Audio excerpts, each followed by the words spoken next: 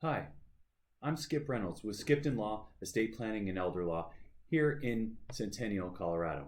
I want to talk to you today in kind of a two-part series talking about predators to an estate within an estate plan that many people don't really think about too much as they're thinking about or designing their plan. And I want to start off with talking about how our family can actually be one of our largest predators. And in today's video, I want to talk specifically about our spouse. So if you're married, whether it's your first marriage or not your first marriage, and how your spouse could potentially be a predator to your estate.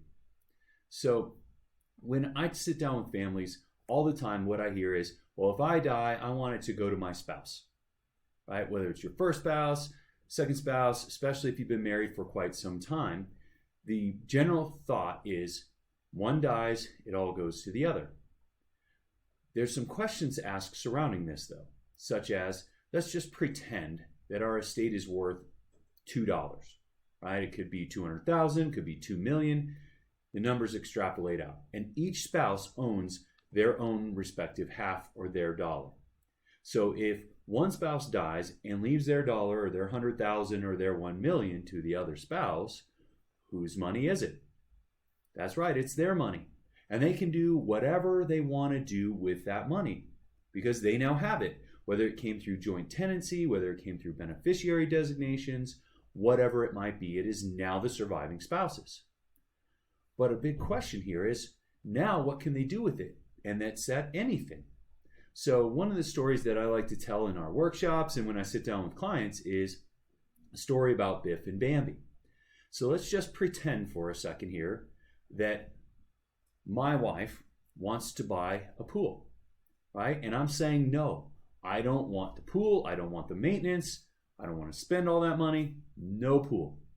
Well, when I die and everything slides over to her through joint tenancy or beneficiary designations, what can she do with all that money? Yeah, she can go ahead and put in that pool, but she doesn't really want to maintain it. Shoot, we live in Colorado, right? And so she puts in the pool. She wants to hire somebody to maintain it. She wants to hire somebody to make sure it's winterized, all of those fun things. But that person who comes to take care of the pool, maybe they take care of my wife.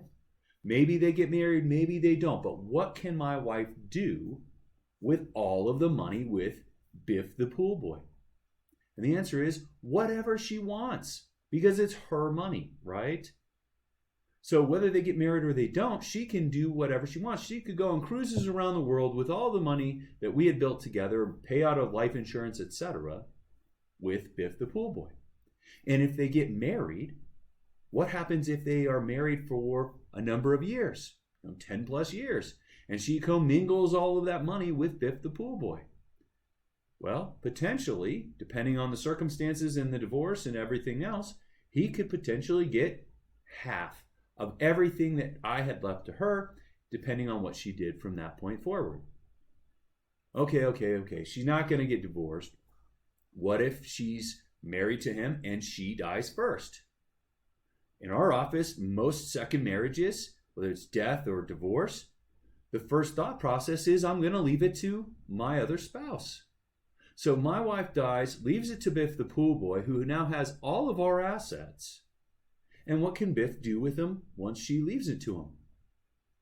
Anything he wants, because it's now his. So if I have children with my wife, and then I die and I leave it to my wife, and my wife leaves it to Biff the pool boy, what can Biff the pool boy do to my kids? Oh yeah, he can disinherit them. I call this an accidental on purpose disinheritance. And many of us, whether that's something that you're worried about or not, have not even considered that those kinds of things could happen. And especially as we age, so many times clients sit in front of me and they say, you know what, I'm never going to get remarried. And they might be right. But I also encourage them to consider the fact that that might not actually be what happens. See, we like companionship. And so many of our clients do meet somebody new, whether they marry them or not, depending on their age. Shoot, I had a 91 and 86-year-old get married just a few years ago, right? These things happen. And if you're not asking yourself these questions, You never get to the right plan for you, regardless of your answer to these questions. So if you like this content, hit the like button, or you can go to our website and you can find other information such as these, but I also do bi-monthly workshops. If you'd like to attend one of those workshops, there's two ways that you can sign up. You can go to our website, which is www.skiptonlaw.com, or you can call our office at 720-440-2774, and we'll get you signed up for the workshop there. And hopefully you like this content. Stay tuned for more content regarding this and other family issues to think about. Thanks so much for your time. Have a great day, everybody.